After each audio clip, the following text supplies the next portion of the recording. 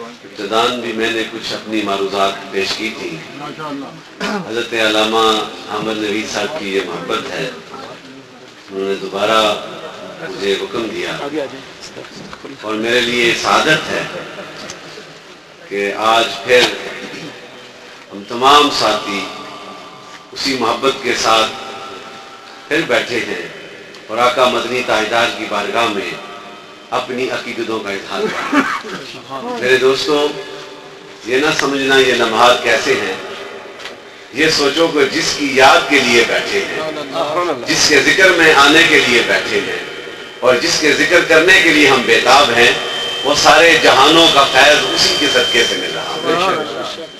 ہر جہان میں یہ جتنے بھی جہان آئندہ بھی آئیں گے, انہیں بھی اگر وہ رحمت کا فیضان ملے گا, اور رحمت کے لفظ میں اگر دیکھیں تو اسی میں علم ہے, اسی میں حکمت ہے, اسی میں قربتیں ہیں, اسی میں برکتیں ہیں اور اسی میں نجات ہے, اور وہ اسی کو ملے گی جو میرے آقا کے ساتھ اپنی عقیدت کو پکا کر لے گا, اپنی محبت کو پکا کر لے گا.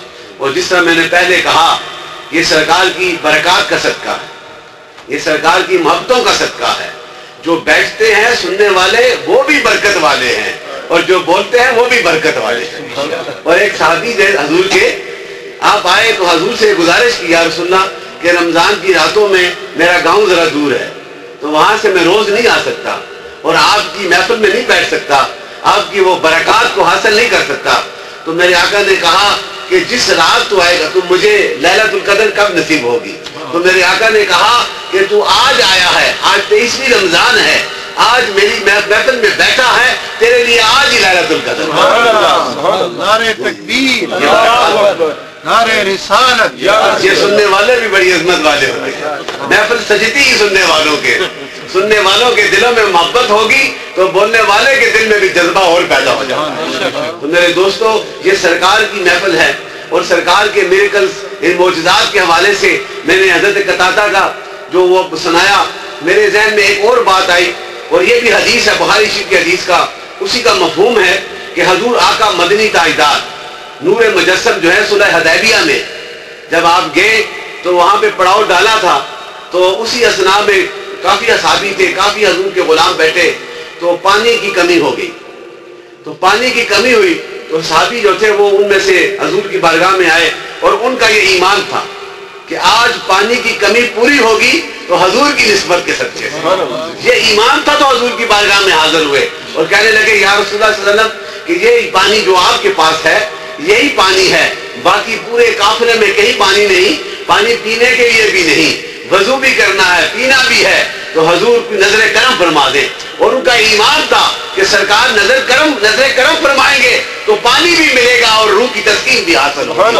تو آپ نے اپنے نور والی انگلیاں جو ہیں, انگشت ہائے مبارکہ کو جو ہے اس مختصر سے پانی میں ڈال کر جب باہر نکالی تو پانی کے چشمے جاری ہو گئے, اور پھر سب نے پانی پیا بھی, وضو بھی کیا, اور ساتھ سفر کے لیے بھی رکھ دیا.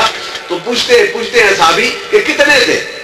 تو انہوں نے کہا کہ اگر ساری کائنات ہوتی نا تو وہ بھی سیراب ہو جاتی, ہم تو 1500 تھے.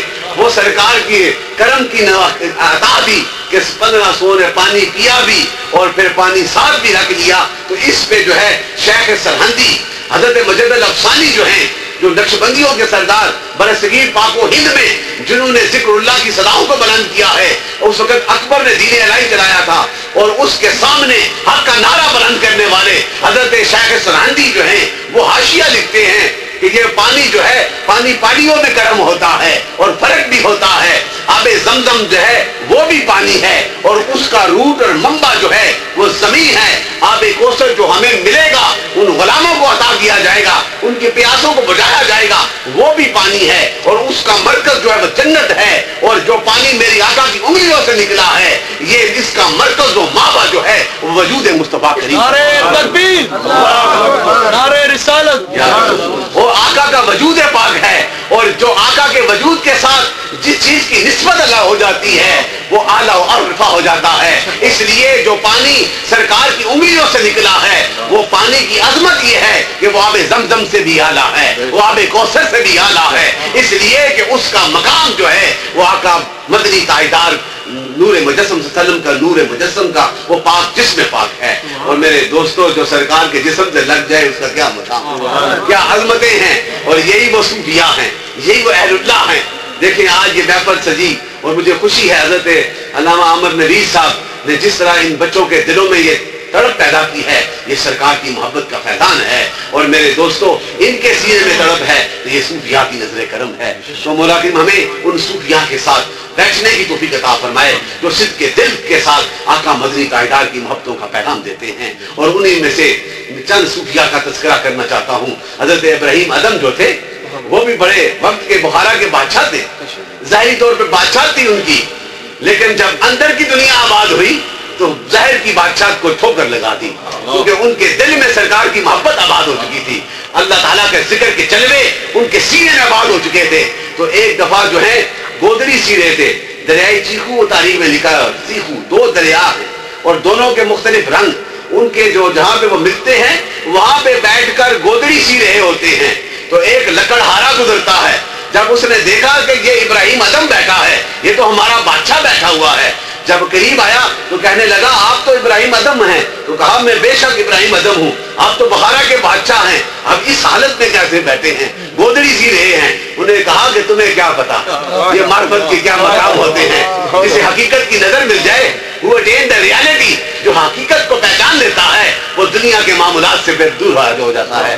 तो कहा फिर उसे मालूम ना था, लेकिन उसे दिखाने के लिए, उसे हकीकत पहचानने के लिए उन्हें बताया कि मैं उस रब का शुक्र अदा करता हूँ, मैं उसकी बारगाह में से दरेज होता हूँ, वो भी उसकी अता थी, वो बादशाह जो थी बखारा की उसकी अता थी, और अब जो मैं बैठा हूँ ये भी उसका करम है। तो आपने कहा कि मैं तुम्हें इसकी हकीकत बताने लगा हूँ कि आपने अपनी सुई उस दरिया में डाली। अब देखें मेरे दोस्तों ये बड़ी हिकमत वाली बात, जो नबी से निस्बत कर लेते हैं उनको भी रब ताकत अता कर देता है। तो फिर मेरे आका का क्या मकाम होगा।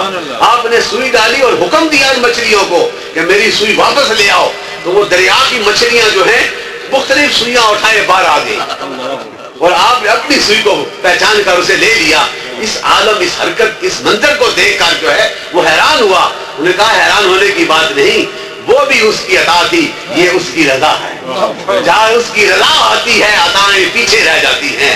रजा उसी को मिलती है जो अपने मन को मिटाकर अपने सीने में मोहब्बत रसूल को बसा लेता है, रब के जिक्र को अपने सीने में बसा लेता है। ये रजा मेरे दोस्तों मिलती है तो ये फैजान जारी होता है। और देखे ना नक्शबंदी सूफियों में ख्वाजा बहुद्दीन नक्शबंद कितने कामल सूफिया में से गुजरे, उन्होंने अपनी प्योरिफिकेशन की, अपने अंदर की दुनिया को आबाद किया है। तो उस ख्वाजा आप फरमाते हैं कि इस मकाम पे पहुंचे, आप देखेंगे जब किसी को कोई अता किया जाता है ना, फिर वो कहता है मैं देता हूं, अता ना हो, पास कुछ ना हो तो कुछ नहीं कोई कहता। तो ख्वाजा बहुद्दीन नक्शबंद को रब ने, हजूर ने अता किया है। तो आप कहते हैं कि जो मेरा मुरीद बन जाता है और इस दुनिया से रुखसत हो जाए, तो जिस कब्रिस्तान में उसे दफन किया जाएगा उस कब्रिस्तान के 50 हाथ दाएं पे, 50 हाथ बाएं पे, 50 हाथ आगे पीछे जितनी कब्रें होंगी, मेरे मुरीद के उस कब्रिस्तान में दफन होने के सदके मौला करीम उन तमाम कब्रों से अजाब को उठा देगा। ये शान और कुव्वत देखे अल्लाह ताला के उन वलियों को, फ्रेंड्स ऑफ द गॉड, जो सरकार के, जो रब के दोस्त हैं, उन्हें भी रब ने ये ताकतें अता की हैं। और ये ताकतें उस वक्त अता होती हैं जब वो दरे मुस्तफा को अपनी जिंदगी का हिस्सा बना लेते हैं। और दूसरा हवाला जो है शेख सरहंदी, ये भी बड़े कामल थे ना, हज़रत ज़ैद अल-अफ़सानी, और हजूर की दुआ का ये सिला है कि आप जो है एक दफा कब्रिस्तान से गुजर रहे थे, तो कब्रिस्तान से गुजरे तो उनके जहन में उस हदीस का मफहूम आया, क्योंकि आप साहब फिक्री सूफी थे, इनकलाबी फिक्री, मैं तो फिक्री कहता हूँ, तो उन्होंने ऐसी फिक्र दी थी अकबर का दीन हलाई मिट गया और सरकार के जिक्र आज भी जिंदा हो जाता। उसने वो फिक्र, एक सोच दी थी। तो गुजर रहे थे तो आपने सोचा कि जो एक आलम होता है, बाअमल आलम, जब किसी कब्रिस्तान से गुजरता है तो रब जो है, और ये हुक्म है हदीस में कि 40 दिन के लिए कब्रों से अजाब को उठा दिया जाता। कितना बड़ा करम है। ये सोच के गुजर रहे थे तो रब ने इल्का कर दिया।